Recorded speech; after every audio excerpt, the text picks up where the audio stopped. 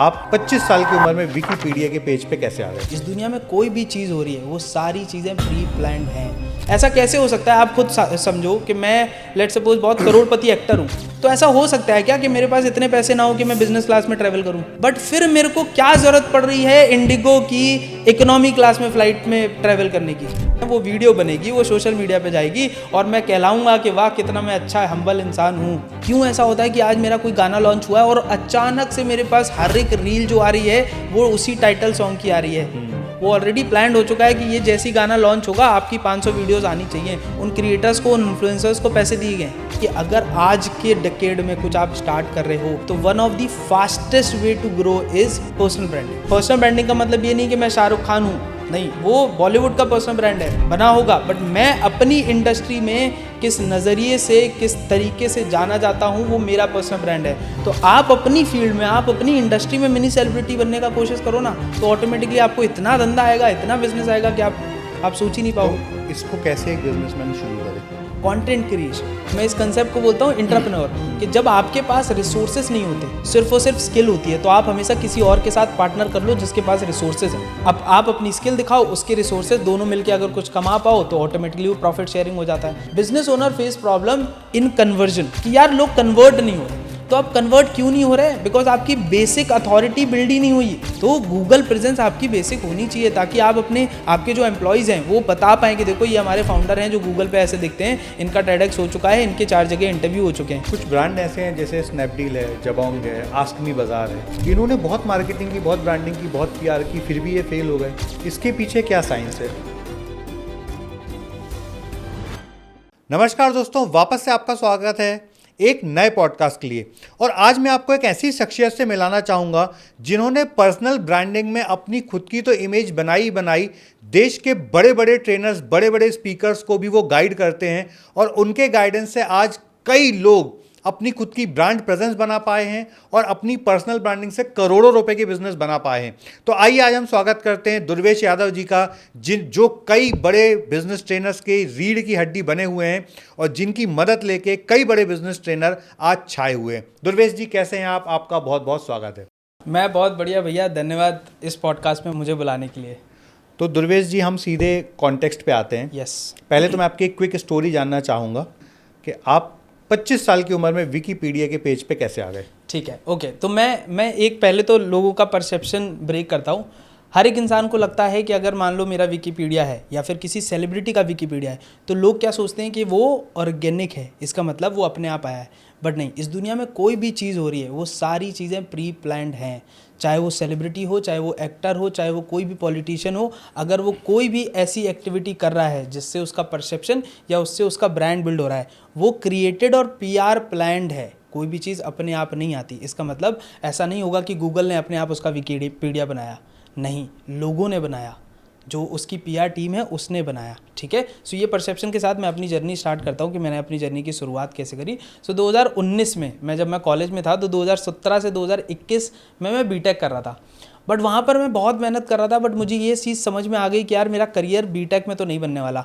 इसके पीछे का रीज़न वो ये कि जो मेरे सीनियर थे उनका प्लेसमेंट हो रहा था सिर्फ 10,000 रुपये में।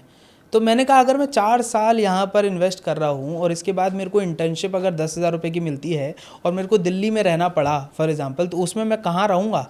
मेरा घर कौन सा होगा? मेरे पास पहनने के लिए कपड़े नहीं है। दूसरा, मैं अपने मम्मी पापा को क्या सपोर्ट कर पाऊँगा?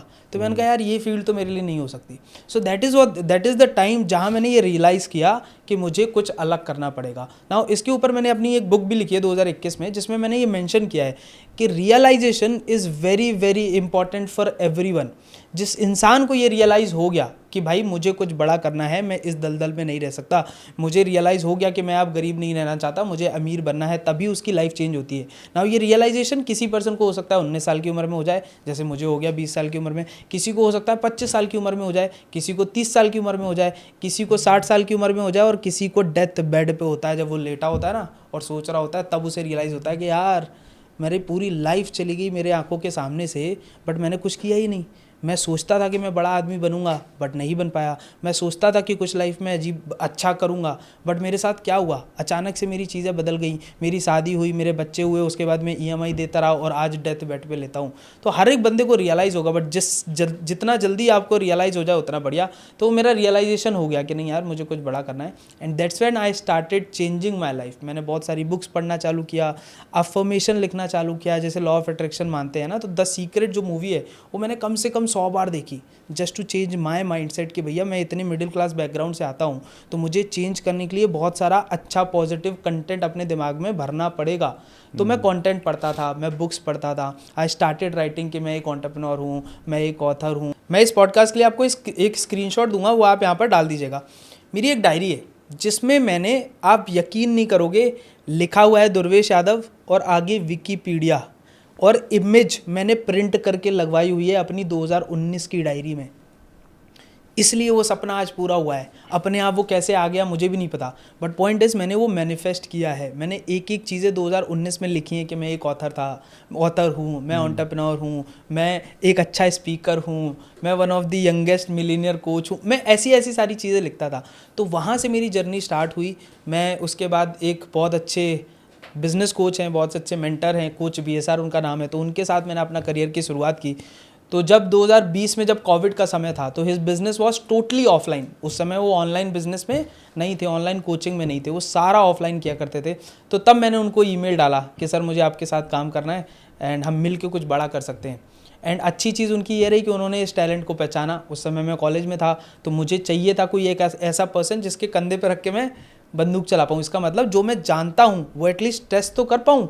तो मैं इस कंसेप्ट को बोलता हूँ भैया इंट्राप्रेन्योर। आपको एक अच्छा प्लेटफॉर्म चाहिए था। मैं इस कंसेप्ट को बोलता हूँ इंट्राप्रेन्योर कि जब आपके पास रिसोर्सेज नहीं होते, सिर्फ और सिर्फ स्किल होती है, तो आप हमेशा किसी और के साथ पार्टनर कर लो जिसके पास रिसोर्सेज है। अब आप अपनी स्किल दिखाओ, उसके रिसोर्सेज, दोनों मिलके अगर कुछ कमा पाओ तो ऑटोमेटिकली वो प्रॉफिट शेयरिंग हो जाता है। सो वहाँ पर मैंने अपनी स्किल दिखाई और उनका बिजनेस एक ही साल के अंदर अंदर करोड़ों तक पहुँच गया। So I also earn, he also earn a lot of money together. फिर मैंने अपनी करियर की शुरुआत करी कि मेरे को अपनी बुक लिखनी है, तो 2021 में मैंने अपनी बुक लिखी। Then I again met one of the mentor जो आज बहुत फेमस है, उनका नाम है सुरेश शर्मानी। तो इनके साथ भी ऑल्दो ये ऑनलाइन थे बट इनको भी स्ट्रेटजी, पूरा मार्केटिंग, इन सारी चीज़ों की ज़रूरत थी, तो इनके साथ मैंने मिलकर काफ़ी सारा काम किया। आज उनका भी करोड़ों का बिजनेस है। फिर मुझे एक अच्छे पर्सन मिले जिन्होंने मेरी लाइफ में बहुत कंट्रीब्यूट किया, पूरा ये नेटवर्क बनवाया, उनका नाम है चित्रेश सोनी। तो उनकी वजह से फिर मेरी लाइफ में जो जर्नी है वो थोड़ा आगे बढ़ी। फिर मुझे एक और अपने मेंटर और भैया मिले जिसकी वजह से मेरी कंटेंट की जर्नी है वो आगे बढ़ी, उनका नाम है आशीष अग्रवाल। तो कुछ 4-5 मेरे मेंटर बड़े अच्छे रहे जिसकी वजह से आज मैं यहाँ तक पहुँच पाया। ग्रेट। तो कहने का मतलब यदि किसी को भी अपना विकीपीडिया में प्रेजेंस चाहिए है तो एक चीज़ तो आपने बताई कि उसको अवेयरनेस होना चाहिए, या उसको ये नॉलेज होना चाहिए, या उसका ये सपना होना चाहिए कि उसको ये चाहिए। करेक्ट। इसके बाद सेकंड स्टेप क्या होता है? इसके पास सेकंड स्टेप, पहले तो एक परसेप्शन अपना चेंज करना होगा कि ये विकीपीडिया या कोई भी चीज़ आप सेलिब्रिटी का देख रहे हो वो सब क्रिएटेड है, ये ऑर्गेनिक नहीं है, ये परसेप्शन करेक्ट, ऑर्गेनिक नहीं, सब चीज़ PR प्लान्ड है। तो ये PR प्लानिंग का पहला स्टेप आपने बताया कि मालूम होना चाहिए कि PR नहीं है। अब इसका सेकंड स्टेप क्या होना चाहिए? देखो PR का मतलब क्या होता है, आज लोग कहते हैं पब्लिक रिलेशन, मैं कहता हूँ PR इज परसेप्शन बिल्डिंग। इसका मतलब अगर मैं बिजनेस ओनर हूँ या कितना भी बड़ा बिजनेस ओनर हूँ मैं, या कोई आज मान लो XYZ रिचेस्ट पर्सन है इस दुनिया के, है ना, अगर जनता उनके बारे में कुछ सोच रही है, वो परसेप्शन बिल्ड किया गया है। एग्जाम्पल देता हूँ, मतलब PR का मतलब ये होना चाहिए planned reputation. Correct, planned reputation होना चाहिए, करेक्ट, परसेप्शन बिल्डिंग, है ना। तो लेट्स सपोज मैं इस रिचेस्ट पर्सन हूँ इस इंडिया का, ठीक है। अब मैंने कोई एक्टिविटी करी NGOs के लिए कि मैंने $50 बिलियन डोनेट किया, तो मैंने डोनेट तो चुपचाप किया बट वो मीडिया में कैसे आई? इसका मतलब उनकी चुपचाप तो नहीं किया, और किया भी तो वो जो न्यूज़ है प्रेस नोट बन के कहीं ना कहीं मीडिया में सर्कुलेट किया गया। इस चक्कर में जनता को पता चला। नाउ जनता इज सेइंग कि वाह वाह कितना अच्छा आदमी है, $50 बिलियन डोनेट कर दिया। बट क्या उसने $50 बिलियन डोनेट किया? हाँ मैं मानता हूँ किया। क्या अच्छे काम के लिए किया? 100% किया। बट क्या चुपचाप किया? नहीं। क्या ऑर्गेनिकली सिर्फ और सिर्फ अच्छे काम के लिए किया? नहीं। ये परसेप्शन क्रिएट करने के लिए भी किया। मतलब डोनेट किया, बट मैं कह रहा हूँ उसमें एक और ऑप्शन है, वो है कि परसेप्शन क्रिएट करने के लिए भी वो एक्टिविटी की गई।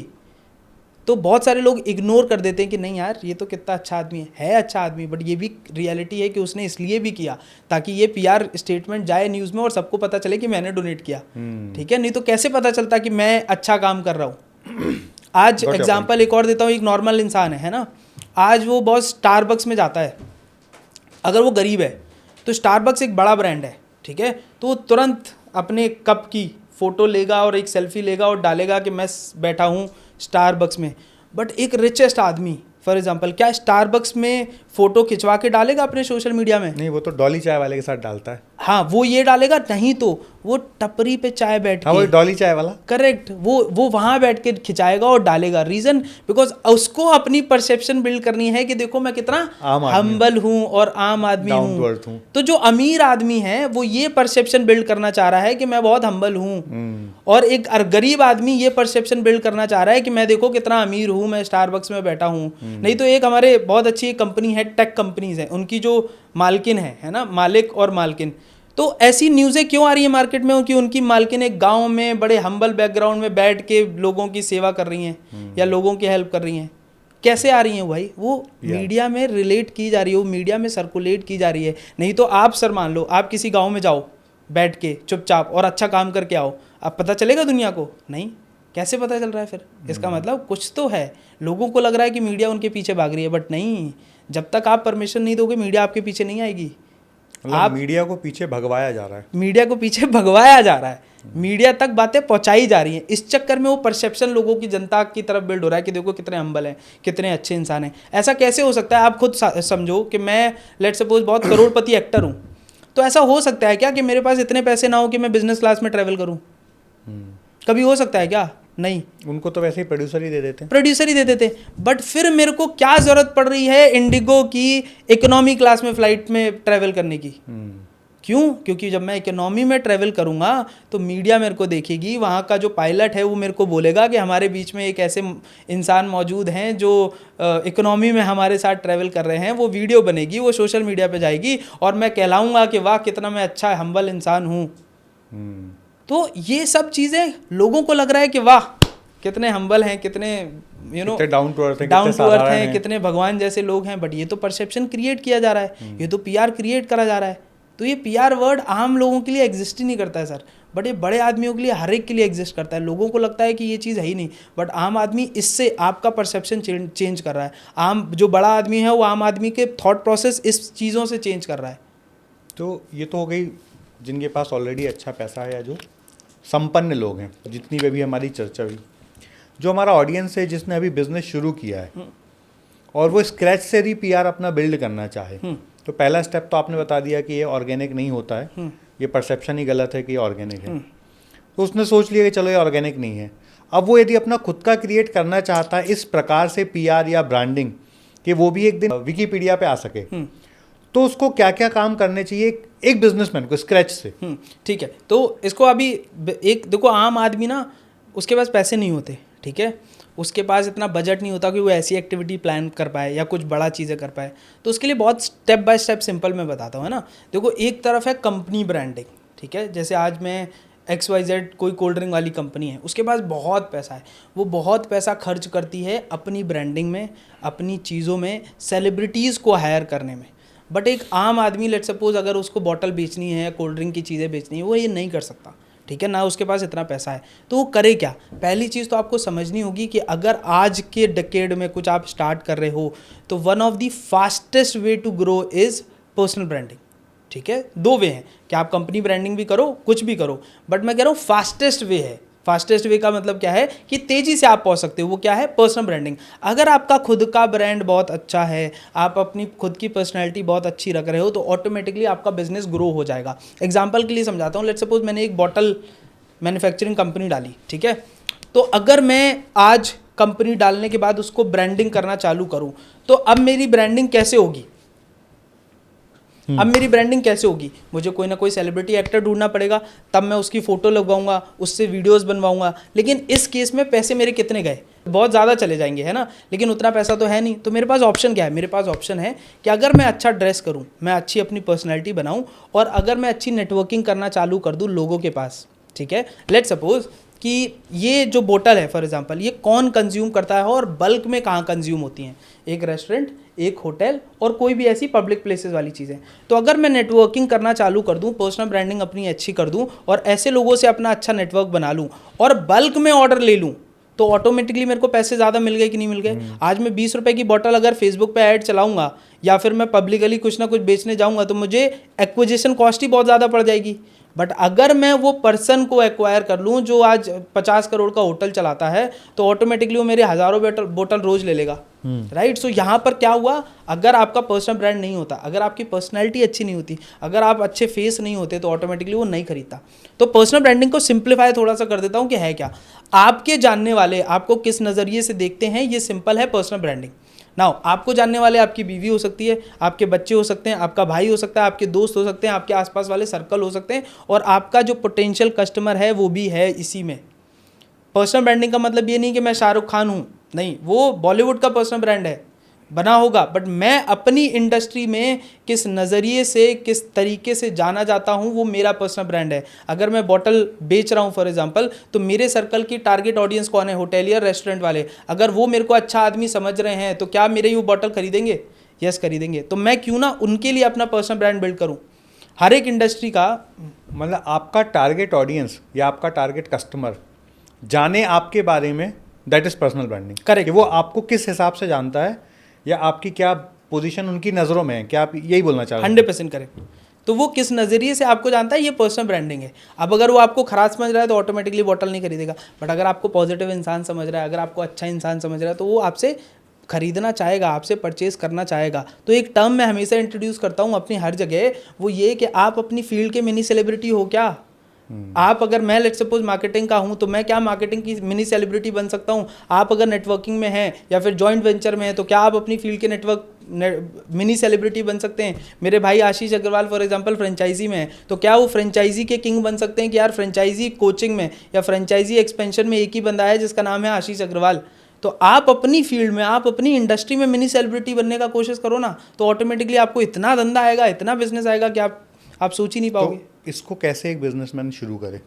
शुरू करने के लिए पहली चीज़ आपको डिफाइन करनी है कि व्हाट यू आर डूइंग, आप कर क्या रहे हो। फॉर एग्जांपल अगर मैं मार्केटिंग में हूँ तो मेरा डिफाइन हो गया कि मुझे, मतलब पहला अवेयरनेस स्टेप हो गया, अवेयरनेस हो गया, है ना। उस पे अवेयरनेस होनी चाहिए कि पीआर क्यों करनी चाहिए, पीआर के क्या फायदे होते हैं, और पीआर ऑर्गेनिक नहीं होती, ये एक अवेयरनेस हो गई, मिथ तोड़ना है ये एक अवेयरनेस हो गई। हाँ। फिर दूसरा स्टेप, दूसरा अपने बारे में जानो कि मेरा इंटरेस्ट क्या है और मैं क्या कर रहा हूँ, खुद की रिसर्च। ठीक है कि मैं लेट्स सपोज मार्केटिंग में आगे बढ़ना चाहता हूँ और अपना प्लान बनाओ कि मैं अगले 10 साल क्या करना चाहता हूँ, मैं अगले 10 साल किस इंडस्ट्री में फोड़ना चाहता हूँ, मैं अगले 10 साल इस इंडस्ट्री का महाराजा बनना चाहता हूँ या सेलिब्रिटी बनना चाहता हूँ या वट एवर।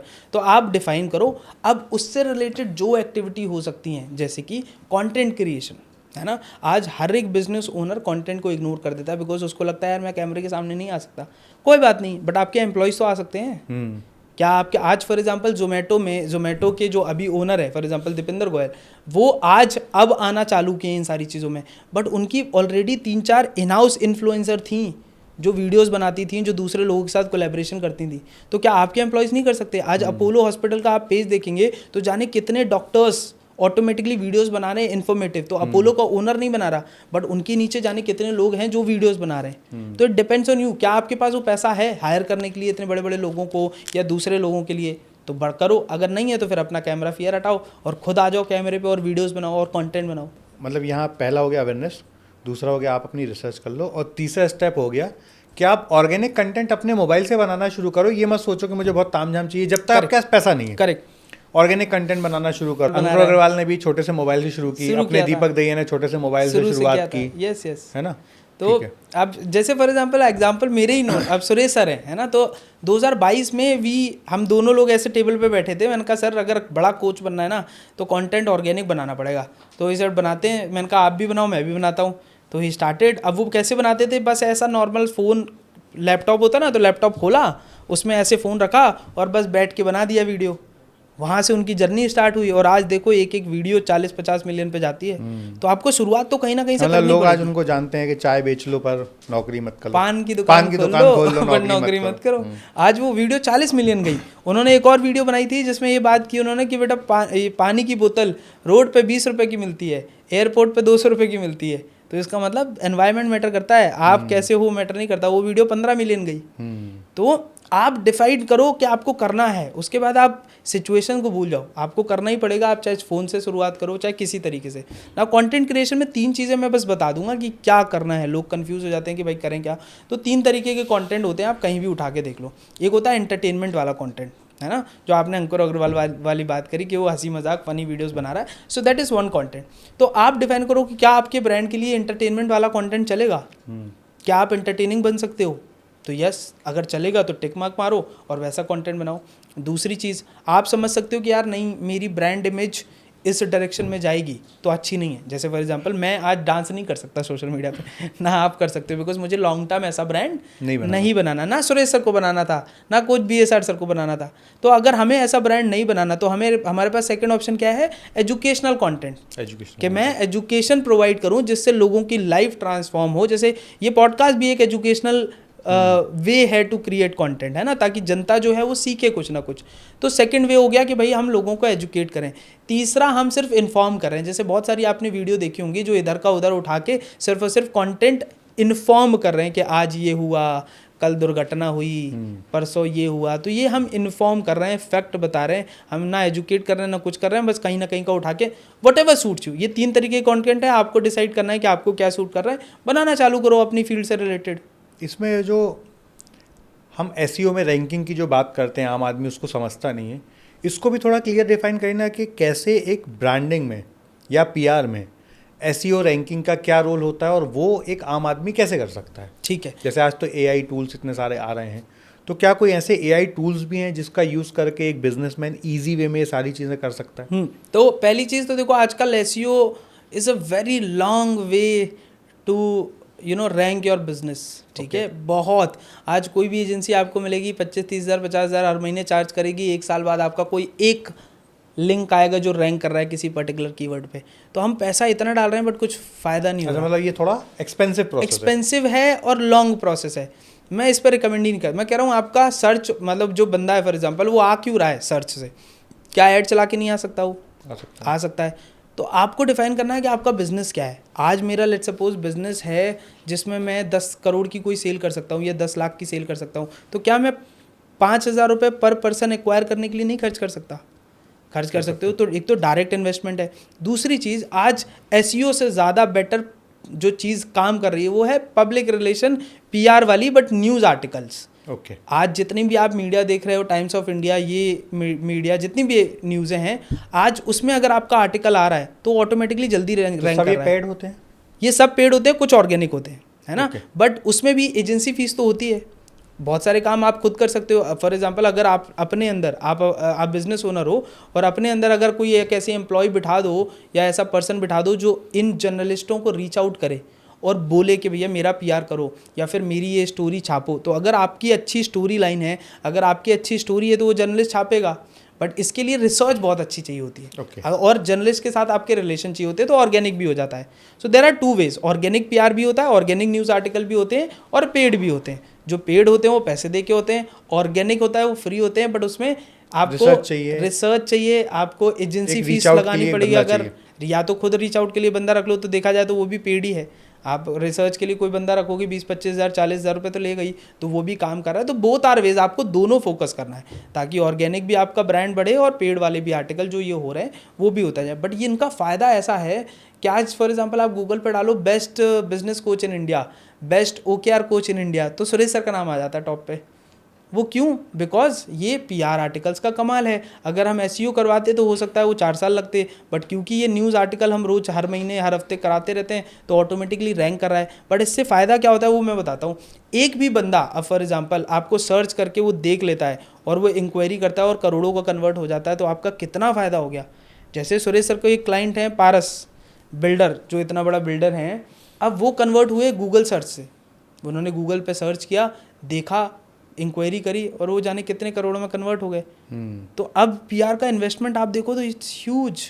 तो रैंकिंग में, सर्चिंग में जो लोग आते हैं वो हमेशा क्वालिफाइड आते हैं, तो वहाँ पर PR बहुत, ये वाला जो न्यूज़ आर्टिकल वाला है, बहुत मेजर रोल प्ले करता है। तो आज SEO करो बट उससे ज़्यादा इस पर फोकस करो। मतलब SEO पुराने ज़माने की बात हो गई इन शॉर्ट। तो क्या पॉडकास्ट सही तरीका है आज ब्रांडिंग करने का, पर्सनल ब्रांडिंग करने का? One of the way to build a brand, see it's not about कि कौन सी चीज़ सही है कौन सी चीज़ खराब है, इट्स अबाउट एवरीथिंग। जब आप फॉर एग्जांपल छोटे ब्रांड हो तो आप एक प्लेटफॉर्म से स्टार्ट करो, जिसका मतलब मान लो मेरी टारगेट, अब मेरे पास बहुत ज़्यादा पैसा नहीं है, मैं शुरू कर रहा हूँ सिर्फ, तो भाई मेरे पास हर जगह जाने का पैसा नहीं है, ना मैं पॉडकास्ट पे जा सकता हूँ, खर्चे ही होते हैं ना हर जगह जाने के, ना मैं PR आर्टिकल करा सकता हूँ, ना मैं अपना खुद का कंटेंट क्रिएट कर सकता हूँ क्योंकि लोग कहेंगे कैमरा नहीं है, एडिटिंग नहीं है, 10 चीज़ें। बट अगर आप शुरू कर रहे हो तो पहले एक प्लेटफॉर्म से शुरू कर लो, ठीक है, for example LinkedIn, what ever it is.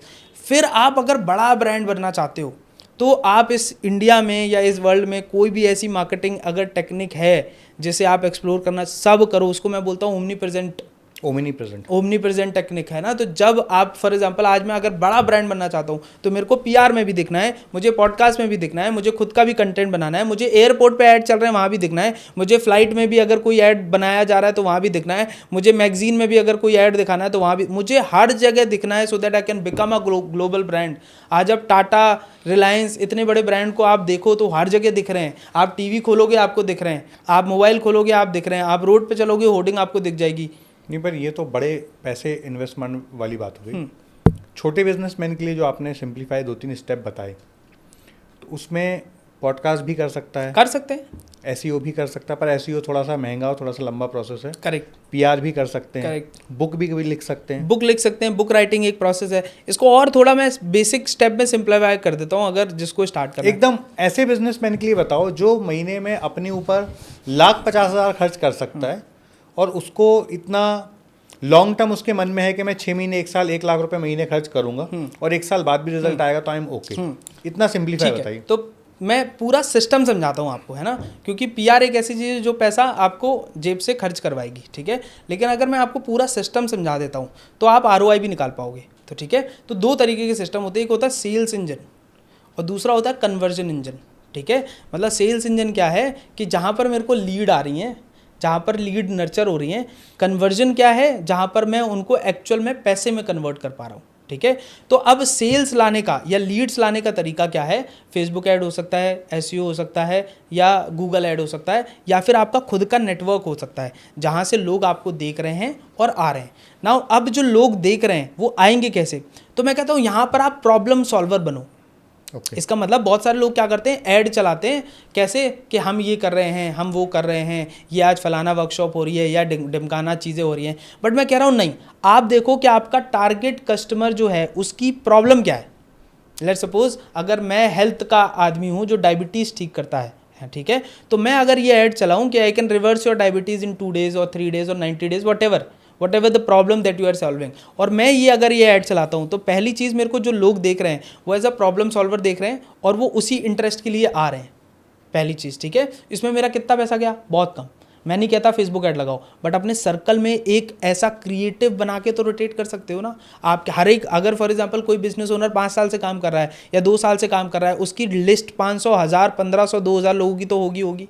तो क्या वो ये मैसेज बना के उन लोगों को भेज सकता है? भेज सकता है। तो अब वो इंटरेस्ट आ गया कि लोगों ने उसकी ऐड देखी या ऐसा क्रिएटिव देखा और ऑटोमेटिकली आ गया। Now business owner face problem in conversion कि यार लोग कन्वर्ट नहीं हो रहे। तो अब कन्वर्ट क्यों नहीं हो रहे? बिकॉज आपकी बेसिक अथॉरिटी बिल्ड ही नहीं हुई।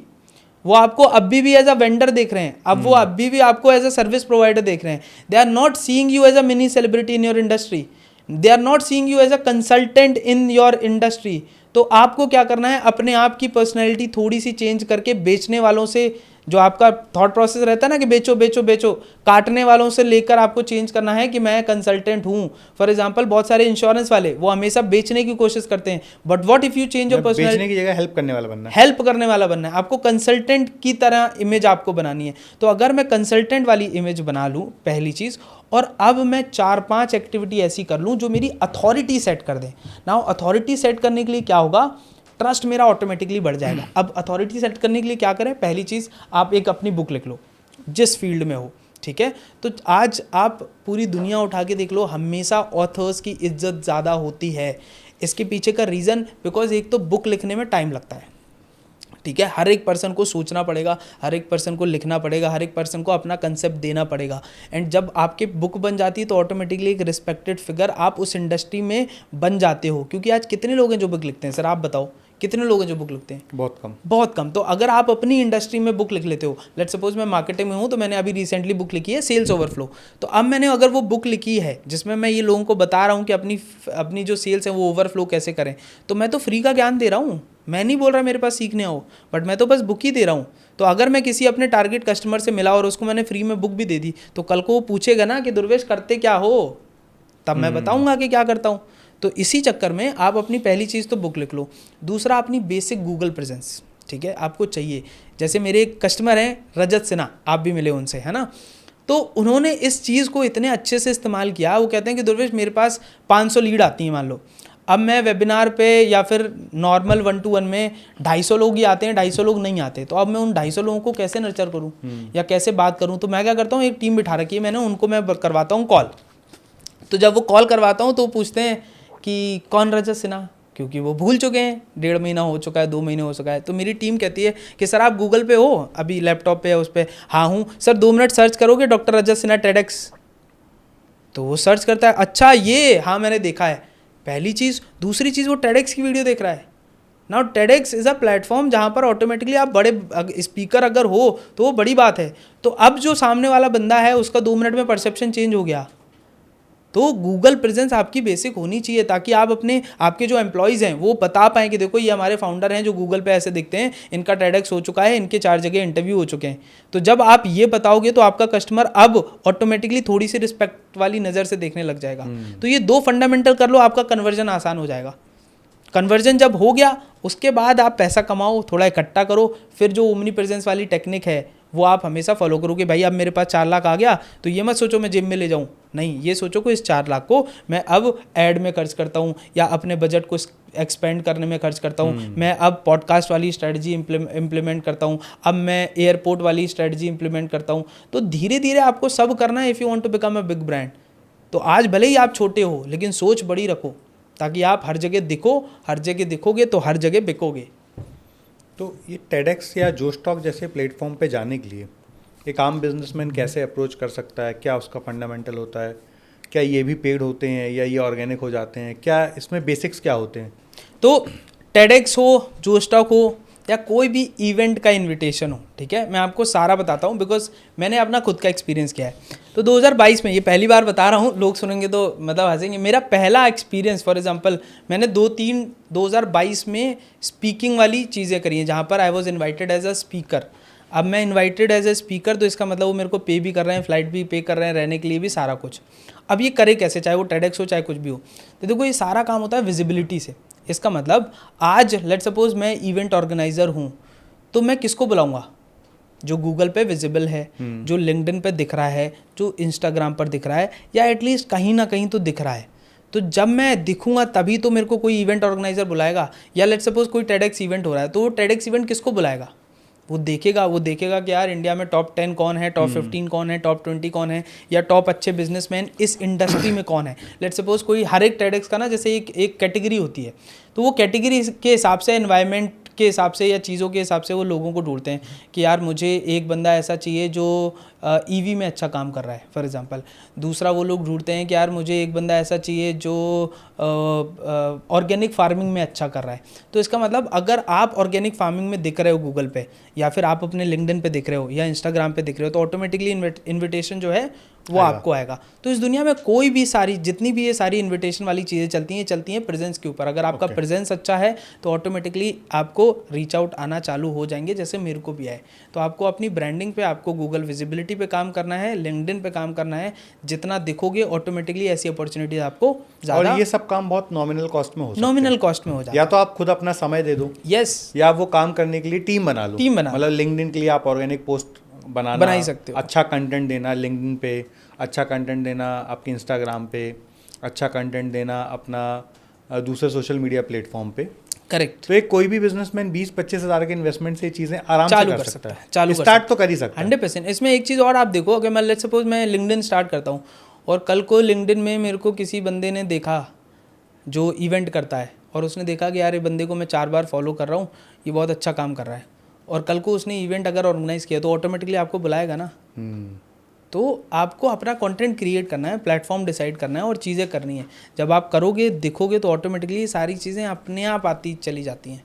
अभी लोग पॉडकास्ट भी बहुत करते हैं अपनी प्रेजेंस बढ़ाने के लिए, तो कभी कभी एकदम नए चेहरों को भी सोशल मीडिया बड़ा वेटेज दे देता है जिसको कोई भी नहीं जानता, और कभी कभी बड़े सेटल्ड बिजनेसमैन या सेटल्ड फेस को भी रिस्पॉन्स वैसा नहीं मिलता पॉडकास्ट में। इसके पीछे भी क्या कोई पीआर का गेम होता है, या इसके पीछे गूगल यूट्यूब की ही स्ट्रेटजी काम करती है? इसमें दोनों काम कर रहे होते हैं। अब देखो आप बहुत सारे, मैं बात करता हूँ अभी पॉडकास्ट के साथ साथ थोड़ा सा कंटेंट पे आ जाता हूँ, है ना, ब्रॉडर थोड़ा सा। तो आप देखो जितने भी म्यूज़िक बड़ी बड़ी एजेंसीज लॉन्च करती हैं, क्या वो इंस्टेंट हिट हो जाते हैं? नहीं। कभी भी आप देखना, कोई भी म्यूज़िक लॉन्च होता है ना, तो उसके पहले की प्लानिंग होती है। अगर कोई मूवी फॉर एग्जांपल 100 करोड़ में बनी है ना, तो उसमें से 30 से 40 करोड़ रुपए उसका पीआर का बजट है। क्यों है? क्योंकि उसको दिखाने के लिए भी, उसको रीच आउट करने के लिए भी तो चाहिए। क्यों ऐसा होता है कि आज मेरा कोई गाना लॉन्च हुआ है और अचानक से मेरे पास हर एक रील जो आ रही है वो उसी टाइटल सॉन्ग की आ रही है, वो उसी अचानक से जो थीम लाइन होती है, जो हिट लाइन होती है, वो हिट लाइन के ऊपर 500 क्रिएटर जो हैं वो एक एक रील बना रहे हैं। क्यों? क्या वो ऑर्गेनिक है? नहीं, वो प्री प्लान्ड है। वो ऑलरेडी प्लान्ड हो चुका है कि ये जैसी गाना लॉन्च होगा आपकी 500 वीडियोस आनी चाहिए। उन क्रिएटर्स को, उन इन्फ्लुएंसर्स को पैसे दिए गए। तब जनता को लगता है कि अरे वाह, ये वीडियो तो हिट हो रही है, ये वायरल वीडियो तो चल रही है, बट वो चल नहीं रही है, उसे चलाया जा रहा है। बट इसमें क्या हर एक कंटेंट को चलाया जा रहा है? नहीं, दोनों चीज़ें मैटर करती हैं। आप पहले तो कंटेंट अच्छा बनना चाहिए, कंटेंट अच्छा होगा और उसको चलाया जाएगा तो वो और चलेगा। बट अगर आप ऐसा कंटेंट चलाओगे जो चल ही नहीं रहा, तो वो चलने के बाद भी फेल हो जाएगा। तो आपको कंटेंट अच्छा चाहिए, उसको चलाओगे तो ऑटोमेटिकली चलेगा। बट ये दोनों वे हैं। बहुत सारे लोग हैं जो ऑर्गेनिक होते हैं, बहुत सारे लोग हैं जो इसको मिक्स चलाते हैं। इस दुनिया में जितनी भी बड़ी एजेंसीज़ हैं वो सारा काम करती हैं, वो पेड पीआर करती हैं, वो इन्फ्लुएंसर्स को पैसे देती हैं गाना हिट कराने के लिए, मूवी हिट कराने के लिए, तभी वो बज़ बनता है। आपने भी ये देखा होगा, कोई भी मूवी अचानक से लॉन्च हुई, क्या आपको उसका मतलब अचानक से कैसे कोई ईमेल आता है क्या आपके पास कि आज ये मूवी लॉन्च हुई है? नहीं। क्या होता है, आप सोशल मीडिया पे स्क्रॉल कर रहे हो, आपने देखा कि यार ये बंदा इन्फ्लुएंसर आपको रिव्यू दे रहा है या मूवी देख के आ रहा है, उसने वीडियो बनाई, कोई मंदिर का प्रचार करने के लिए व्लॉग बन जाता है एग्जाम्पल। तो इसका मतलब ये बनाया जा रहा है, ये क्रिएट किया जा रहा है, तो ये सब क्रिएटेड है। पर कभी कभी कुछ चीज़ें ऐसे रैंडम भी वायरल हो जाती हैं, जैसे वो बीच में एक वायरल हुआ था कि ये मैं हूँ, ये मेरे दोस्त हैं और ये हमारी पार्टी हो रही है।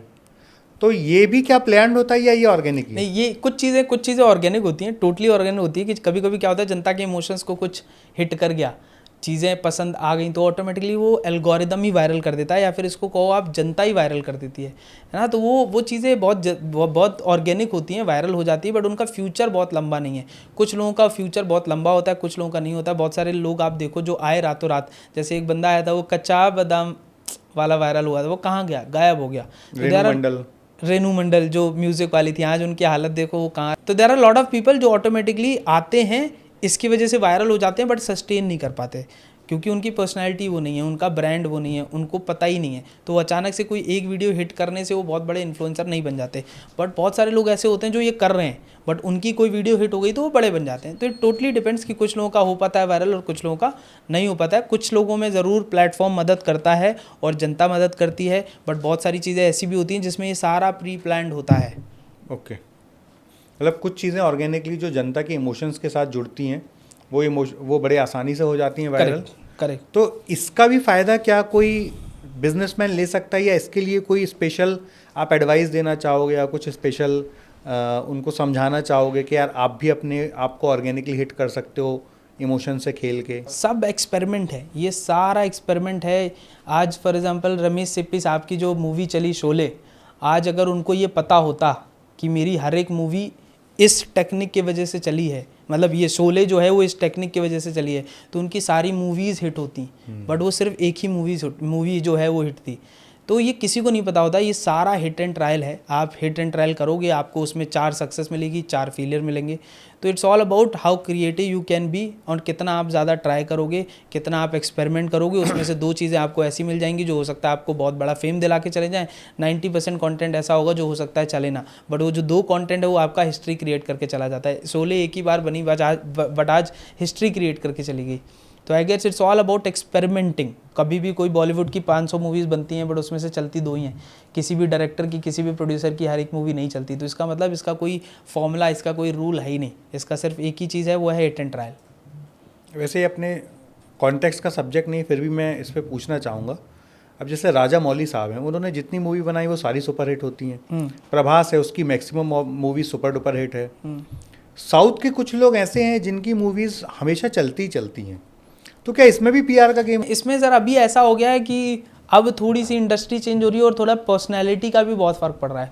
जैसे लेट सपोज आज ये जो आपने नाम बताया प्रभास फॉर एग्जांपल, तो अब उसका पर्सनल ब्रांड ऐसा हो गया है कि लोग प्रभास को पसंद कर रहे हैं, तो जहाँ भी वो प्रभास की फ़ोटो देखते हैं वो ऑटोमेटिकली चले ही जाते हैं देखने।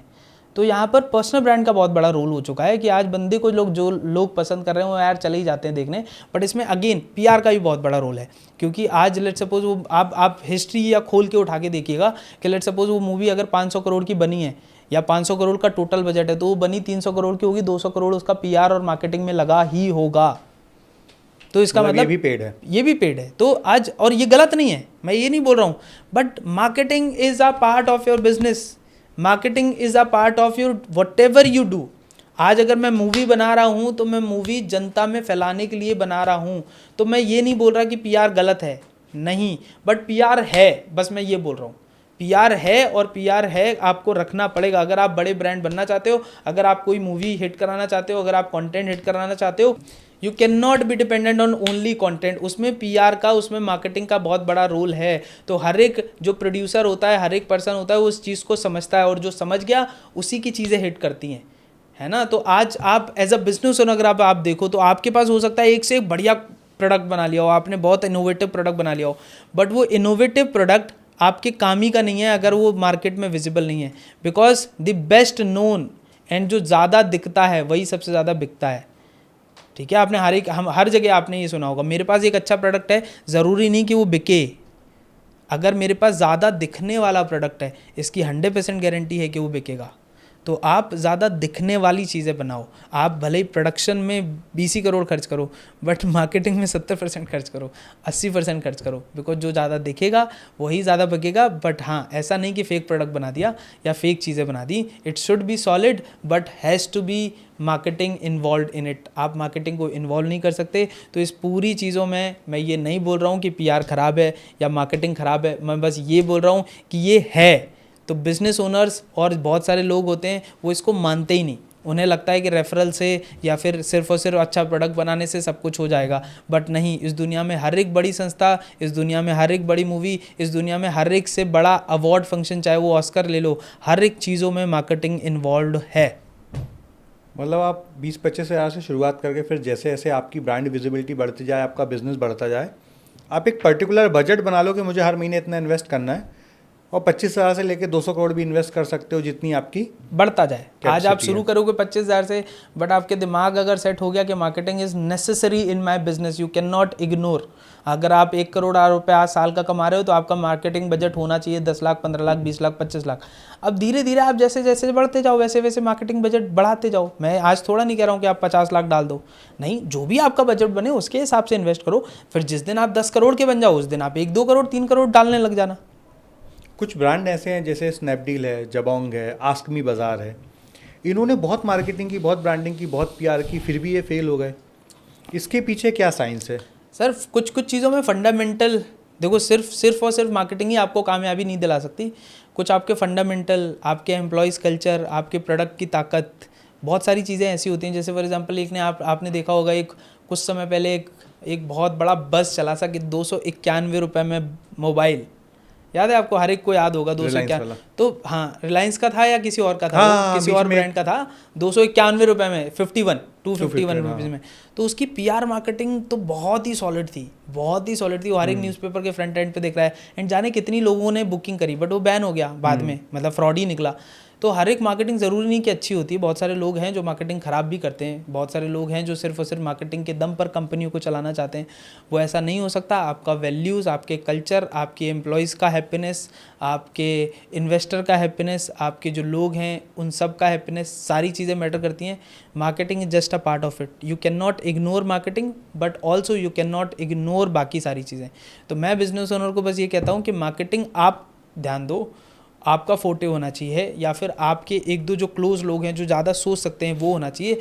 बाकी की सारी चीज़ें कैन बी आउटसोर्स्ड और कैन बी हायर्ड और delegated to someone else. For example operation किसी को भी डेलीगेट किया जा सकता है बिकॉज ऑपरेशन एम्प्लॉयज़ को संभालना है, बट वो बंदा अगर धंधा लेके आ रहा है फॉर एग्जांपल या मार्केटिंग कर रहा है और ऑपरेशन आप कर रहे हो, तो your business is in danger. कभी भी वो बंदा आपके साथ छोड़ के किसी और को ज्वाइन कर सकता है। तो आपको ऑपरेशन वाला बंदा नहीं बनना, आपको मार्केटिंग वाला पर्सन बनना है कि आप पर कंपनी चल रही है, आपकी स्ट्रेटजीज पर कंपनी चल रही है, आप क्रिएटिव हो इसलिए आपके ऊपर कंपनी चल रही है। तो जब ये होता है तो ऑटोमेटिकली आप एक HR हायर कर सकते हो, एक बंदा ऑपरेशन वाला हायर कर सकते हो, एक बंदा कुछ और कर रहा है वो हायर कर सकते हो, बट अपने जैसा बंदा आप हायर मत करो, ना हायर करने की सोचो। आप हमेशा ये सोचो कि how I can be upgraded, मैं अपनी मार्केटिंग की नॉलेज को कैसे बढ़ाऊं, मैं अपनी सारी चीज़ों को कैसे बढ़ाऊं, मैं अपने आप को और क्रिएटिव कैसे बनाऊं ताकि इस कंपनी को मैं बड़ा लेके जाऊं और बाकी सारी चीज़ें मैं आउटसोर्स कर दूं। दुर्वेश जी, PR तो आपने बहुत ही सिंप्लीफाई बता दिया, कोई भी बिजनेसमैन अब खुद कर सकता है। पर यदि कोई खुद ना कर पा रहा और उसके पास कुछ बजट भी हो, तो आप क्या क्वालिटी देखते हो एक बिजनेसमैन में? कौन कौन से क्वालिफिकेशन क्राइटेरिया होते हैं कि आप पर्सनली इन्वॉल्व होकर उनको हेल्प कर सको? ठीक है, तो भैया दो चीज़ें हैं। एक तो मेरी बहुत सारी चीज़ें फ्री में अवेलेबल हैं और बहुत सारी एड्स वेड्स भी चलते हैं। तो कहीं ना कहीं अगर बंदे ने पॉडकास्ट देखा तो हो सकता है उसको कल से ऐड दिखना चालू हो जाए। और जो लोग सिर्फ और सिर्फ डिटेल में सीखना चाहते हैं उनके लिए मेरी एक बुक है सेल्स ओवरफ्लो, जिसमें मैंने ये सारी चीज़ बताई हैं कि कैसे आप अपनी लीड लाओ, कैसे नर्चर करो, कैसे ब्रांड बिल्ड करो ताकि आपकी सेल्स और आपकी कंपनी की सेल्स ओवरफ्लो हो। उसमें मैंने एक कंसेप्ट भी शेयर किया है कि बहुत सारे लोग आज क्या करते हैं, सिर्फ और सिर्फ सेल्स पे फोकस करते हैं कि भाई मेरे को सेल्स आ रही, सेल्स नहीं आ रही, सेल्स नहीं आ रही, सेल्स नहीं आ रही। और हर एक बिजनेस ओनर, और ये टैगलाइन आपने कहीं ना कहीं सुनी होगी, sales is the oxygen for any business, ठीक है। बट फिर मैंने ये क्रिएट किया कि अगर ये सेल्स ऑक्सीजन है तो मार्केटिंग रेस्पिरेटरी सिस्टम है। इसका मतलब अगर ये पाइपलाइन मेरे बॉडी में नहीं होती, जो रेस्पिरेटरी मेरा सिस्टम है, तो क्या मेरा ऑक्सीजन फ्लो करता है इससे? नहीं। तो अगर आपकी मार्केटिंग की पाइपलाइन नहीं है, आपकी एनवायरनमेंट ऐसा नहीं है, आपका एक ऐसा सिस्टम नहीं है, तो आपकी सेल्स तो नहीं फ्लो करेगी, है ना। तो सेल्स फ्लो कराने के लिए आपको चाहिए मार्केटिंग सिस्टम। तो अगर ये सारी चीज़ें सीखनी है तो आप मेरी बुक खरीद सकते हो, durveshyadav.com/book के नाम से मेरी एक लिंक है, नीचे डिस्क्रिप्शन में भी डाल देंगे। दूसरा, अब जो लोग मेरे साथ काम करना चाहते हैं, I work with only high value clients. इसका मतलब जिसका माइंडसेट बहुत बड़ा है कि यार मेरे को 1 करोड़ 2 करोड़ की बातें करनी है, मुझे ये बातें नहीं करनी कि 5 लाख कमाना है या 2 लाख कमाना है या 4 लाख कमाना है। नहीं, अगर कोई पर्सन ऐसा है कि दुर्वेश तू मेरे को कंसल्ट कर, जैसे अभी अपने एक मित्र हैं अमरीश जी, अब वो कह रहे हैं कि दुर्वेश मेरे को 1-1.5 करोड़ रुपए करना है, अब तू बता कैसे अपन करें। मैंने कहा करेंगे मिलके। तो जब आप बड़ी बातें कर रहे हो, जब आप बड़ी सोच रख रहे हो, आप सोच रहे हो कि मेरे को 1 करोड़ 2 करोड़ करना है, तो तब मैं अपना टाइम की वैल्यू समझता हूँ कि यार इस पर्सन के साथ कुछ मिल के ऐसा क्रिएट करूँ जिसमें इनका फ़ायदा और मेरा फ़ायदा हो। तो if someone is high value client and जो इन्वेस्टमेंट कर सकता है, इन्वेस्टमेंट एक होता है मेरे ऊपर, दूसरा होता है सिस्टम के ऊपर। फॉर एग्जाम्पल अगर मैं कहूँ कि 5 लाख के ऐड चलाने और वो पर्सन कहता है कि यार इतना तो बजट ही नहीं है, तो फिर वो क्या मेरे पैसे देगा और क्या ऐड चलाएगा, राइट। सो अगर कोई पर्सन ऐसा है जिसमें ये ताकत है कि यार दुर्वेश ने बोला 10 लाख के ऐड चलाने के लिए तो मैं चलाऊंगा, भले ही मेरे पैसे बाद में दो, बट आपको चलाने की आपके अंदर ताकत होनी चाहिए। तो अगर ये माइंडसेट है तो I am okay to work with everyone, जो जितने भी लोग हैं जो काम करना चाहते हैं। मतलब जिनका माइंडसेट बड़ा हो और जो बड़ा अचीव करना चाहते हो लाइफ में और खुद के ऊपर इन्वेस्टमेंट करना चाहते हैं, इन्वेस्टमेंट तो खुद पे ही करेंगे। करेक्ट। आपका तो एक छोटा सा कंसल्टेशन का भाग होता है, करेक्ट। और मेजर पैसा तो उनको खुद पे इन्वेस्ट करना है। करेक्ट। अब जैसे फॉर एग्जांपल पॉडकास्ट के लिए मान लो बोला, अब वो कहता है दुर्वेश पॉडकास्ट क्यों करने हैं, या मान लो कहता है अरे इसमें क्यों खर्च करना, मत कर। तो ऐसे माइंडसेट में मैं काम नहीं करना प्रेफर करता हूँ। मैं प्रेफर करता हूँ ऐसा पर्सन जो सुने। तो कितना बजट उसका मंथली मिनिमम होना चाहिए जो लोग ये पॉडकास्ट स्टार्ट करो 1-2 लाख से, 3 लाख से मिनिमम, 1 से 3 लाख के बीच में आप रखो बजट, जिसमें आपका दिमाग ये हो कि ये जाएगा और मैं सोचना नहीं पड़ेगा कि ये आया कि नहीं आया। तब मतलब जाके 5 लाख रुपए का यदि किसी का बजट है, हाँ, और वो 1 साल तक इससे कोई एक्सपेक्टेशंस ना रखे कि मैं 5 लाख रुपए इन्वेस्ट करने हर महीने अपने ऊपर तैयार हूँ और मुझे 1 साल एक्सपेक्टेशंस भी नहीं है, तो क्या वो आपके लिए परफेक्ट ऑडियंस होगा? परफेक्ट ऑडियंस है। And then I assure you कि आपको 1 साल में उससे ज़्यादा रिटर्न निकलेगा, क्योंकि फिर अगर नहीं निकले तो मेरा इंटरेस्ट नहीं है उसमें। फिर मुझे ऐसा लगेगा कि यार सामने वाले बंदे का फ़ायदा क्या हुआ, कुछ नहीं। तो मैं हमेशा कोशिश करता हूँ कि अगर सामने वाले पर्सन ने पैसे दिए हैं तो मैं उसको लॉन्ग टर्म क्या ROI दिलवा सकता हूँ, तभी मैं उसके साथ काम करूँगा। अगर मुझे उसके बिजनेस मॉडल में दम नहीं है या फिर मुझे उसके साथ कॉन्फिडेंस नहीं है, मैं काम ही नहीं करूँगा, चाहे वो 50 लाख भी क्यों ना दे मेरे को। So point is I also see person कि यार इसका ROI मैं निकलवा पाऊँ, तभी तो इस पर्सन को मैं अच्छा बना पाऊँगा। लेट सपोज मैंने किसी से 12 लाख रुपए या 15 लाख रुपए चार्ज किए और मैं उसको 1 साल में कुछ दिला नहीं पाया, तो क्या मैं उसको 50 लाख रुपए अब मैं मांग सकता हूँ? नहीं। बट अगर मैंने किसी से 15 लाख रुपए चार्ज किए और उसको 20 लाख 25 लाख 30 लाख कमवा के दे दिए, ओवरऑल उसकी ब्रांड बिल्ड हो गई और उसको लगा कि यार दुर्वेश मेरा बहुत फायदा हुआ, भले ही वो डायरेक्ट मेरे थ्रू हो चाहे वो मार्केट से हो, बिकॉज जब ब्रांड बिल्ड होती है तो 4 लोग मार्केट से भी आपको बिजनेस देते हैं। तो ओवरऑल अगर आपका ब्रांड बिल्ड हो रहा है, ओवरऑल अगर ROI आ रहा है, तो अब अगली बार मैं उनसे 50 लाख मांगूंगा तो क्या वो मना करेंगे? He knows the power of me. तो मैं हमेशा कहता हूँ कि ये जो चीज़ें हम कर रहे हैं 10 लाख 5 लाख वाली, ये सिर्फ हमारा एक्सपेरिमेंट है, so that we can do 1 crore 2 crore 5 crore वाला काम। कि कल मैं आपसे 1 करोड़ मांगू तो आप मेरे को हिचकिचाओ ना, या ये मत सोचो कि यार दुर्वेश डुबा देगा। आपको कॉन्फिडेंस होना चाहिए कि दुर्वेश ने 10 लाख लिए थे तो मेरे को इतना कमा के दिया, 1 करोड़ मांग रहा है, मेरे को पता है ये 2 करोड़ कमा के देगा। तो वो माइंडसेट के लिए मैं तैयार हूँ, वो माइंडसेट के लिए ही मैं लोगों के साथ काम करता हूँ कि कल को अगर मेरे को 500 करोड़ की कंपनी बिल्ड करनी है और 1-1 करोड़ वाले मेरे पास 5 लोग हैं, तो 5 करोड़ तो ऐसे ही आ गया, इनिशियल फंडिंग वैसी आ गई, फिर करेंगे ना उसको 1000 करोड़ की वैल्यूएशन कंपनी को और फिर IPO लाएंगे। Got your point. तो एक क्राइटेरिया तो हो गया कि मिनिमम 4 से 5 लाख रुपए वो अपने ऊपर इन्वेस्ट कर सके।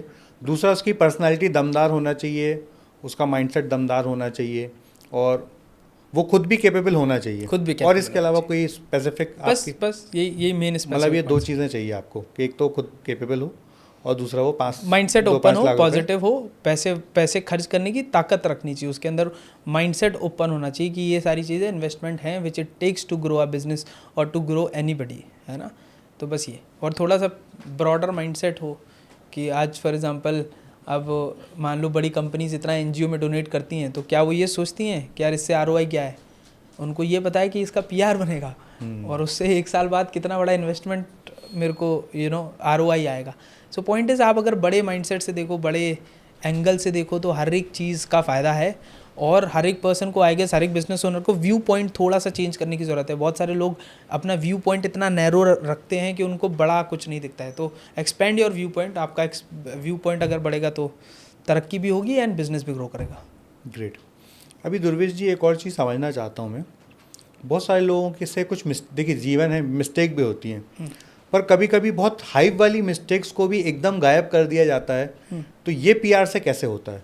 जैसे कोई बड़ा सेलिब्रिटी, उसके बेटे ने कोई गुनाह कर दिया, उसने कोई गलती कर दी, तो वो एक समय तो मीडिया पे बड़ा हाइप रहा, फिर उसके बाद वो उसका पूरा हाइप एकदम गायब हो गया, वो कैसे होता है? देखो, एक होता है कोई भी न्यूज़, है ना, दूसरा होता है उसका डिस्ट्रीब्यूशन, ठीक है। तो अगर लेट सपोज कोई न्यूज़ है ना, वो आई, अब उसका डिस्ट्रीब्यूशन कहाँ कहाँ हो रहा है, उससे ही वो नेगेटिव चीज़ क्रिएट होती है। तो उस डिस्ट्रीब्यूशन को बंद करा दो। आज लेट सपोज आज कोई मान लो कलर्स है एग्जांपल, है ना, या कोई न्यूज़ चैनल है, आज हर एक मीडिया कंपनी या फिर हर एक जो बड़े बिजनेसमैन हैं, उनका कोई ना कोई मीडिया चैनल या तो है या उसमें शेयर हैं या फिर उनको डायरेक्ट फंडिंग हो रही है। क्यों? To control the narrative. इसका मतलब अगर मेरे बारे में कुछ नेगेटिव छपे तो मीडिया उसको रोक सके। वो कैसे रोकेगी? जब मेरी तरफ से कुछ ना कुछ जा रहा है। तो आज जैसे एक रिचेस्ट बिजनेसमैन है, उनका खुद का ही न्यूज़ चैनल है, आपको पता होगा, है ना। तो अब क्या वो न्यूज़ चैनल उनके बारे में कुछ नेगेटिव लिखेगा? नहीं लिखेगा। तो इसका मतलब नैरेटिव कंट्रोल हो गया। पर न्यूज़ चैनल का काम तो सच्चाई बताना, पर यदि ये सच्चाई ऐसी कंट्रोल्ड होगी तो सच्चाई कैसे निकलेगी? बट न्यूज़ चैनल का ये भी तो काम है कि अपने लोगों का, अपने जो एम्प्लॉयज़ हैं उनका खर्चा चलाना, उनका पेट भरना। तो अगर न्यूज़ चैनल फॉर एग्जांपल, सिर्फ पहले की न्यूज़ चैनल है, पहले जो जर्नलिज्म होता था वो हमेशा ऐसा होता था कि मैं सच बताऊंगा, बट तब वो लोग चलते थे क्राउड फंडिंग पे कि जनता हमें फंड करे तो हम सच बताएं। बट आज जनता सच बताने के लिए पे नहीं करती, तो अब उनको सर्वाइव करने के लिए कुछ तो चाहिए। आज लेट सपोज मेरे को कोई न्यूज़ बतानी है, तो उसमें मेरी आज एक जर्नलिस्ट फॉर एग्जांपल मेरे को न्यूज़ बताने के लिए लखनऊ भेजना है, तो उसके लिए एक कैब करनी पड़ेगी, 4 उसके साथ कैमरामैन जाएंगे, 2-2.5 लाख का खर्चा होगा, होटल में रुकने के लिए पूरा व्यवस्था करी जाएगी। ये 2 लाख का खर्चा आएगा कहाँ से? तो प्रैक्टिकल वे में देखो तो न्यूज़ चैनल को भी तो न्यूज़ चलानी है, अपना चैनल चलाना है, तो उसके पास भी ऑप्शन नहीं है। ऐसा नहीं कि वो करना चाहता है, बट पॉइंट इज उसके पास भी ऑप्शन नहीं है। तो आम जनता को ये लगता है कि यार ये सच क्यों नहीं बता रही, बट मैं कह रहा हूँ कंट्रोल भी तो नहीं है, they don't have an option. तो इस चक्कर में उनको मजबूरी में भी करना पड़ता है। तो जो बड़े लोग हैं, जो बिजनेसमैन हैं, वो इस चीज़ को कंट्रोल करते हैं, वो इस नैरेटिव को कंट्रोल करते हैं। दे डिसाइड कि मीडिया में क्या जाएगा और मीडिया में क्या नहीं जाएगा। दे डिसाइड कि आज कौन सी न्यूज़ जानी चाहिए या कौन सी न्यूज़ नहीं जानी चाहिए, राइट। सो आज बहुत बार ऐसा होगा, देखा होगा आपने कि कोई नेगेटिव चीज़ है मार्केट में, बट वो नेगेटिव चीज़ नहीं आ रही, बल्कि इंस्टेड ऑफ दिस कोई मंदिर का विषय आ गया या कोई आस्था का विषय आ गया, क्यों? क्योंकि अब आस्था का विषय है तो जनता पॉजिटिव लेगी और देखेगी और इसके बदले नेगेटिव चीज़ मार्केट से हट जाएगी। तो दे कंट्रोल द नैरेटिव। तो जो डिस्ट्रीब्यूशन से कंट्रोल होती हैं सारी चीज़ें, तो अगर कोई चीज़ नेगेटिव चल रही है उसको कंट्रोल कैसे कर सकते हैं या उसको हटाते कैसे हैं बड़े लोग? वो है डिस्ट्रीब्यूशन को कंट्रोल करके, कि इस डिस्ट्रीब्यूशन को ही मना कर दिया जाए वो न्यूज़ डालने से, तो ऑटोमेटिकली धीरे धीरे नीचे चली जाती है, और जब चली जाती है तो जनता भी भूल जाती है। तो दुर्वेश जी, जैसे आपने अभी बताया, इसमें मेरा एक और सवाल है। अभी एक पॉडकास्ट रातों रात करोड़ों में वायरल हो गया और जिसकी छवि भारत में एक चोर के जैसी थी या फ्रॉड स्कैम जैसे शब्दों का यूज़ किया जाता था, उसके प्रति थोड़ा सा नैरेटिव चेंज हो गया एक ही पॉडकास्ट से। तो क्या ये भी पेड पब्लिसिटी स्टंट था? देखो 100% ये हो सकता है। मैं इसको ये नहीं क्लेम कर रहा कि ये पब्लिसिटी प्रॉपर पेड था या नहीं था, बट ये तो है कि ये मार्केटिंग स्टंट था। तो नहीं तो क्या ज़रूरत थी किसी एक ऐसे पर्सन को पॉडकास्ट करने की जो पिछले 9 साल से कोई पॉडकास्ट नहीं कर रहा या कोई मीडिया अपीयरेंस नहीं दे रहा? उसको क्या ज़रूरत थी? पहली चीज़। दूसरी चीज़, अगर आपको ये इंटरव्यू देना ही था तो मीडिया चैनल को क्यों नहीं दिया? ये सिर्फ एक पॉडकास्ट पे ही क्यों बताई जा रही हैं सारी चीज़ें? क्यों? क्योंकि सामने वाला जो पर्सन है वो कंट्रोल किया जा सकता है। आज जो XYZ पर्सन है जिन्होंने पॉडकास्ट दिया, आज उनका कोई मीडिया चैनल इंडिया में नहीं है, और इंडिया में हर एक मीडिया चैनल उनको एक्सपोज करना चाहता है। तो इस चक्कर में अगर वो यहाँ पर इंटरव्यू देंगे तो ऑटोमेटिकली वो नेगेटिव चीज़ों में फंस जाएंगे, क्योंकि जो पर्सन, जो जर्नलिस्ट है, उसको 90% चीज़ें पता है विजय माल्या की। आज फॉर एग्जांपल जिन्होंने पॉडकास्ट लिया उनकी उम्र ही छोटी है, वो थोड़ा नहीं 2009 के स्कैम में इन्वॉल्व होंगे, उन्होंने देखा भी होगा। फॉर एग्जांपल मैं हूँ, आज मेरे को पता भी नहीं है कि विजय माल्या ने कब क्या स्कैम किया, अब पता चला है। 4 साल पहले हम न्यूज़ देख रहे हैं तब हमें पता चलता है कि अच्छा ये एक सज्जन थे जिन्होंने स्कैम किया है, क्योंकि वो स्कैम तो 2009-10 का था ना, तब तो हम छोटे थे, तब हम कहाँ इतना न्यूज़ देखते थे कि ये स्कैम करके चले गए, हमें लोगों ने बताया गया, राइट। सो उन्होंने ये प्लेटफॉर्म चूज़ किया so that they can change their image. तो ये 100% स्टंट तो है, पेड है नहीं है, I leave it to the audience, वो डिसाइड करें कैसा है। बट कोई भी ऐसी एक्टिविटी सर, आज फॉर एग्जांपल मैं ये भी कह रहा हूँ कि ये पॉडकास्ट भी हो रहा है तो ये भी तो प्लान्ड ही है, मैं फालतू में थोड़ा नहीं कर रहा हूँ, मैं भी तो इसीलिए कर रहा हूँ सो दैट हम लोगों की कुछ ना कुछ व्यूज़ आ जाएं, ऑनेस्ट, राइट। सो हर एक चीज़ इस दुनिया में अगर पब्लिकली की जा रही है वो कहीं ना कहीं किसी ना किसी इंटेंशन से की जा रही है। लोगों को लगता है कि ऐसी की जा रही है, बट नहीं, कुछ ना कुछ तो इंटेंशन है। तो अगर वो साहब अगर पॉडकास्ट इतना बड़ा कर रहे हैं जिसमें पूरी इंडिया हर एक न्यूज़ उठा रही है, हर एक चैनल पे वो देखो कंटेंट जा रहा है, तो कहीं ना कहीं तो प्लान्ड है। It can not be organic. और अचानक से आप ऐसा कैसे हो सकता है कि रातों रात आप लंदन में पहुंच जाओ? पहले की प्लानिंग तो कुछ ना कुछ होगी ना। सडनली अचानक से एक ऐसा पॉडकास्ट आ गया जिसकी खबर नहीं थी, कैसे हो सकता है? इस पे मैं एक और पक्ष समझना चाहूँगा। अभी जैसे आपके मेरे कॉमन मित्र हैं मनमोहन योगी जी, उन्होंने एक रील बनाई सूर्य नमस्कार के ऊपर, वो रील बहुत वायरल हुई, तो ये तो ऑर्गेनिक ही रहा होगा या ये भी इसमें भी आपको नहीं, लगता है? 100% ऑर्गेनिक है। कुछ कंटेंट जो मैंने बोला लोगों को पसंद आता है ना, ह्यूमन टू ह्यूमन होता है। जैसे बहुत सारे शेयरेबल कंटेंट होते हैं, है ना। अब शेयरेबल कंटेंट क्या होता है कि लेट्स सपोज मैं कोई बात कहना चाहता हूँ, आप हर एक एग्जांपल देता हूँ, आप देखो कि इस दुनिया में हर एक जो इंसान है वो अपने पड़ोसियों को या फिर अपने रिश्तेदारों को नेगेटिव समझता है। वो हमेशा ये समझता है कि यार मेरी तरक्की अगर नहीं हो पा रही उसकी वजह से मेरे पड़ोसी हैं, इसकी वजह से मेरी तरक्की नहीं हो पा रही। वो हमेशा ये सोचता है कि ये मेरे पड़ोसी हैं, मुझसे जलते रहते हैं। तो अब क्या वो बंदा डायरेक्ट अपने पड़ोसी को या रिश्तेदारों को ये बोल सकता है कि यार तुम लोग जलते हो मुझसे? नहीं। बट अगर किसी पर्सन ने XYZ रील बना दी, उसमें बोला कि यार जो पड़ोसी होते हैं और जो रिश्तेदार होते हैं ना, वो हमेशा आपको तरक्की करने से रोकते हैं, तो अब वो वीडियो बंदा देखेगा तो कहाँ लगाएगा? अपने स्टेटसों पे, तुरंत अपने स्टेटस पे लगा देगा कि देखो रिश्तेदारों, यही मैं सोचता हूँ। तो जब जनता या आदमी अपनी चीज़ कुछ शेयर करना चाहता है, अपने इमोशन शेयर करना चाहता है, बट वो खुद के थ्रू नहीं शेयर कर पा रहा, तो कोई और रील अगर उसने देख ली तो वो शेयर करता है। तो जब शेयरेबल कंटेंट है तो ऑटोमेटिकली वायरल हो जाता है। Got your point. तो आज बहुत सारी जानकारी दुर्वेश जी ने हम लोगों को दी कि कैसे हम ऑर्गेनिकली PR कर सकते हैं, कैसे हम अपना ब्रांड प्रेजेंस बना सकते हैं, कैसे पर्सनल ब्रांड पे काम किया जा सकता है। तो यदि आप लोगों को लगता है कि इसमें और सवाल आपके मन में भी हैं तो मैं दुर्वेश जी को वापस बुलाना चाहूँगा आप सब लोगों के लिए। और आज दुर्वेश जी आपने जो जानकारियाँ दी सच में बहुत बहुत आम आदमी के लिए काम किए हैं, बहुत सारे बिजनेसमैन के लिए काम किए हैं। तो मैं ज़रूर आपको दूसरी बार एक बार और बुलाना चाहूँगा इस कॉन्सेप्ट को और डिटेल में समझने के लिए। तो बहुत बहुत धन्यवाद दुर्वेश जी, आप आए, समय निकाला और लोगों को पर्सनल ब्रांडिंग के ऊपर इतनी जानकारी दी। Thank you very much. Thank you भैया आपका बुलाने के लिए। एंड लास्ट में ये बोलूँगा कि मेरी जो भी कामयाबी है, जो भी चीज़ें मैं कर रहा हूँ, उसमें भैया का बहुत बड़ा योगदान है, सारा ही योगदान है. So whatever I am today is because of Chitresh भैया. So thank you so much. Thank you. मैं पब्लिकली इस प्लेटफॉर्म पे बोल रहा हूँ.